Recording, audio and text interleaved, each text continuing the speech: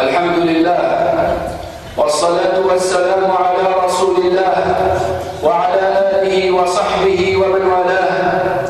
أما بعد، عباد الله، الرسالة الثالثة أوجهها إلى شبابنا المغرر به بمناسبة هذا العيد الوثني الذي يسمى بعيد الحب.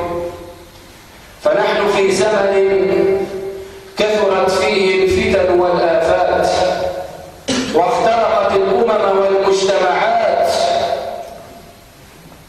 فأصبحت هذه المنكرات من المألوف عند كثير من الناس، فمن ينكرها أصبح وكأنه جاء ببدع من القول. بل اسمعوا إلى ابن مسعود رضي الله تعالى عنه وهو يصف حالنا اليوم، وهو يصف حال الأمة الإسلامية اليوم بعد أن اخترقتها البدع والخرافات. اسمعوا إليه وهو يقول: كيف أنتم إذا لبستكم فتنة يربو فيها الصغير ويهرم فيها الكبير يتخذها الناس سنة، فإذا غيرت قالوا غيرت السنة. هذه البدع يتخذها الناس اليوم وكأنها سنة، فإذا غيرتها قيل غيرت السنة. هذا كلام ابن مسعود. كيف أنتم إذا لبستكم فتنة يربو فيها الصغير ويهرم فيها الكبير يتخذها الناس سنة، فإذا غيرت قالوا غيرت السنة. فقالوا: متى ذلك يا أبا عبد الرحمن؟ قال: إذا كثر قراءكم، كثر القراء وحفاظ القرآن، وقل الفقهاء والعلماء، وكثر أمراؤكم وقل أمناؤكم، والتمست الدنيا بعمل الدين وتفقها لغير الدين. هذا هو الزمان الذي حدثنا عنه.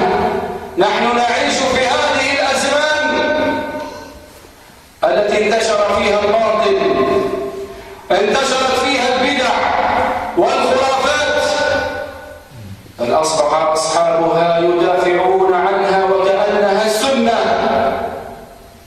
حتى أن أبناءنا يتعلمون منذ صغرهم، يتعلمون الباطل ويتعلمون البدع في مناهج تربوية لا يتعلمونها في الطريق أو في الشارع، بل يتعلمونها في المدارس. يتعلمون الباطل على أنه حق، والبدعة على أنها السنة. تربي صغيرك، تربيه على منهج الكتاب والسنة، فيذهب إلى المدرسة ليهدم له هذا البنيان، يهدم له هذه الأسس التي تربى عليها الولد. في كتاب القراءة للسنة الثانية من التعليم الأساسي، هذا نموذج بسيط أذكره. في كتاب القراءة يسأل الطفل: أتحتفل بعيد الأمهات؟ هل تحتفل بعيد الأمهات؟ ولماذا؟ أجاب ابني الصغير بفطرته التي تربى عليها، أجاب وقال في الكتاب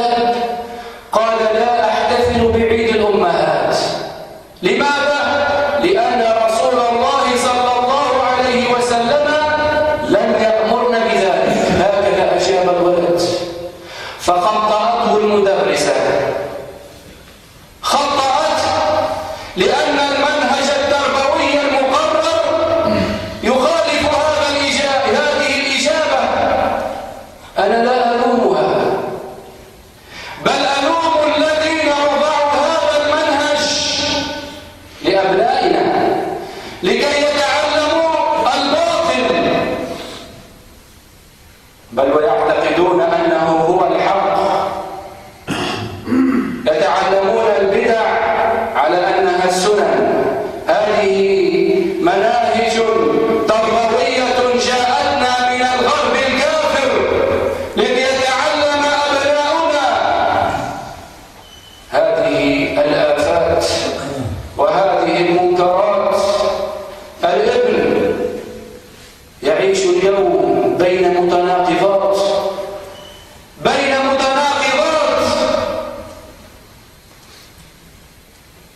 الواجب على الأمة الآن، الواجب على المسلمين أن يضعوا منهجا تربويا لأبنائهم منهم، من أنفسهم، من علمائهم، يوافق هذا المنهج الشريعة الإسلامية، لا يخالف شريعتنا، بل يجب كذلك أن يجعلوا دورات علمية لتعليم المعلمين دينهم من جديد، فالعلم شرف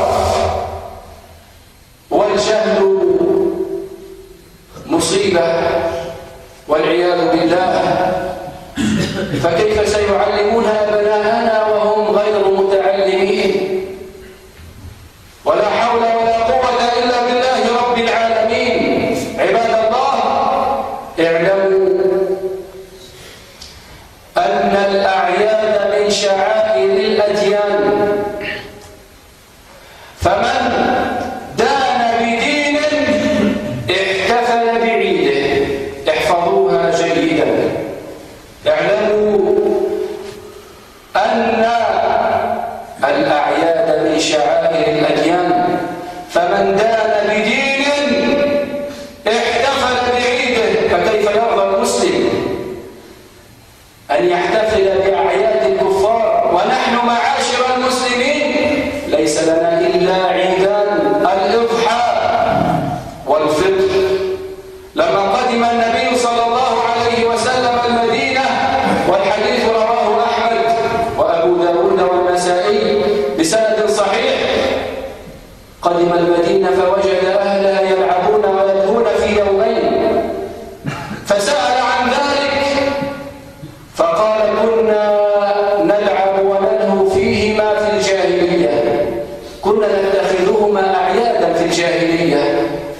فماذا قال النبي صلى الله عليه وسلم؟ قال: طيب، زد على ذلك الإضحى والفطر وعيد الشجرة وعيد الحجرة وعيد الأم وعيد المرأة وعيد النصر إلى غير ذلك. لا، قال: إن الله أبدلكما بهما خيرا منهما. انتهى الكلام. الله أبدلنا بعيدين، الإضحى والفطر.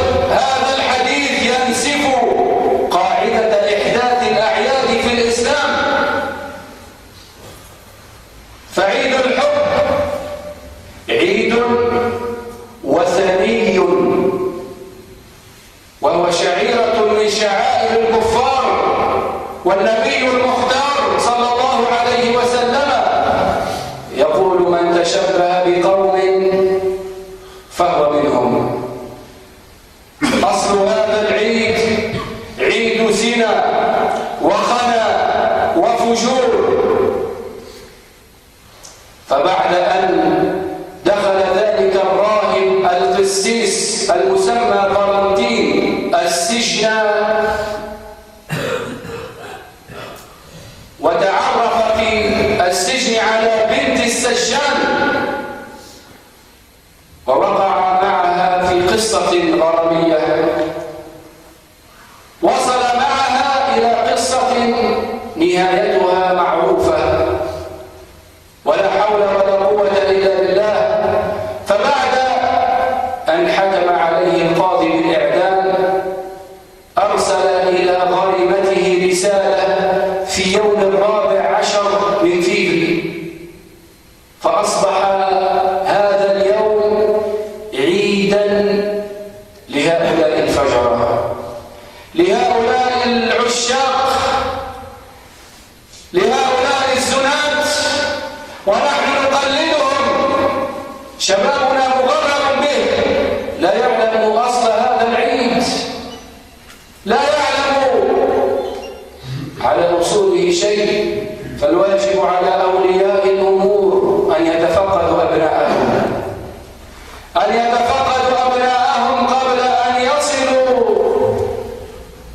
المزالق والانحراف بسبب هذه المعتقدات التي غزت بلادنا. تفقد ابنك فهو أمانة عندك، تفقد أبنائك فأنت مسؤول أمام الله عن أبنائك. ستسأل عن ابنتك هذه التي خرجت متبرجة، التي خرجت في لباس ضيق فاتن لتفتن شباب المسلمين. ستسأل عنها يوم القيامة أمام الله. ما عذرك؟ ما عذرك عند الله؟ ستسأل كذلك عن ابنك الذي لم يتربى على الكتاب والسنة، الذي لم يتربى على هدي القرآن. فأعد للسؤال جوابا. فاتقوا الله عباد الله وعظموا شعائر دينكم، وإياكم أن يفتنكم عدوكم في دينكم. واعتزوا بإسلامكم واعتزوا بأعيادكم، وإياكم ومشابهة الكفار، فإنه طريق إلى الدمار وسبيل إلى النار. اللهم اهد شباب المسلمين، اللهم اهد شباب المسلمين يا رب العالمين. راجع بهم إلى الكتاب والسنة، اللهم راجع بهم إلى المساجد، اللهم راجع بهم إلى حلقات القرآن يا رب العالمين. يا رب العالمين نجنا من الفتن ما ظهر منها وما بطن، اللهم نجنا من الفتن ما ظهر منها وما بطن يا رب العالمين. يا رب العالمين اللهم نجي نساءنا وبناتنا من دعاة التبرج والسفور يا رب العالمين. يا رب العالمين اللهم يا رب العالمين استر نساءنا بالحجاب والجلباب والنقاب يا رب العالمين. اللهم زينهن بالحياء يا مجيب السائلين يا رب العالمين. يا رب العالمين اهد قلوبنا وقلوب عبادك الموحدين. اللهم اهد حكام المسلمين لتحكيم شرعك يا رب العالمين. يا رب العالمين اللهم اعز الإسلام والمسلمين وأذل الكفرة والمجرمين والعلمانيين يا رب العالمين. اللهم أبرم لهذه الأمة أمر رشد يعز فيه أهل طاعتك ويذل فيه أهل معصيتك ويؤمر فيه بالمعروف وينهى فيه عن المنكر، إنك ولي ذلك والقادر عليه. اللهم انصر إخواننا المستضعفين في مشارق الأرض ومغاربها، اللهم انصر إخواننا في فلسطين، اللهم انصر إخواننا في بلاد الشام وفي بلاد مالي وفي جميع بلدان المسلمين. اللهم كن مع إخواننا المشردين في بورما خير معين يا رب العالمين. اللهم أعنهم ولا تعن عليهم، انصر لهم ولا تنكر عليهم، انصرهم ولا تنصر عليهم يا رب العالمين. يا رب العالمين يا رب العالمين احشرنا في زمرة النبي الأمين مع النبيين والصديقين والشهداء والصالحين. اللهم لا تحرمنا من النظر إلى وجهك الكريم، ولا تحرمنا من شربة هنيئة من يد نبيك الكريم صلى الله عليه وسلم يا رب العالمين. اللهم أغث بلادنا، اللهم أغث بلادنا غيثا نافعا ترحم به العباد وتحيي به البلاد وتجعله بلاغا للحاضر والباد. اللهم أغثنا غيثا نافعا ولا تجعلنا من القانتين. اللهم أغثنا غيثا نافعا ولا تجعلنا من القانتين يا رب العالمين. اللهم أغث قلوبنا غيث الإيمان واليقين يا مجيب السائلين. أجب دعاءنا لا تخيب رجاءنا يا رب العالمين. يا رب العالمين يا مجيب السائلين. وصل اللهم وسلم وبارك على المبعوث رحمة للعالمين. سبحان ربك رب العزة عما يصفون، وسلام على المرسلين، والحمد لله رب